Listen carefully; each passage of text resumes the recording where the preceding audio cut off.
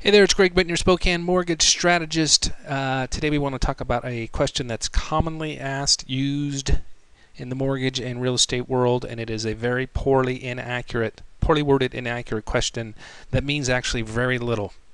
And the question is, how much home can you afford? So people go get qualified to see how much home they can buy. Realtors say go to your lender and see how much home you can qualify for.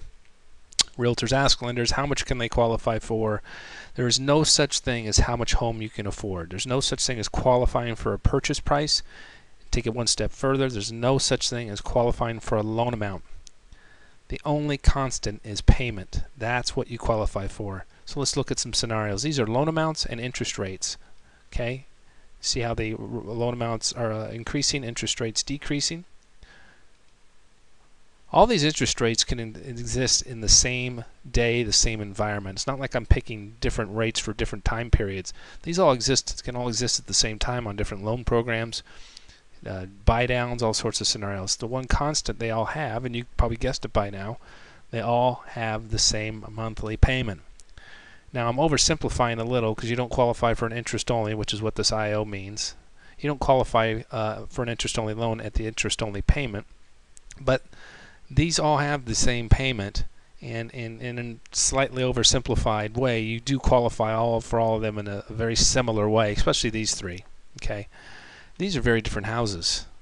So if they all have the same payment, technically that means you could qualify for any one of them. So if you go to a lender and they say you qualify for a $220,000 house, well, if you can get a $280,000 house for the same payment, you would qualify.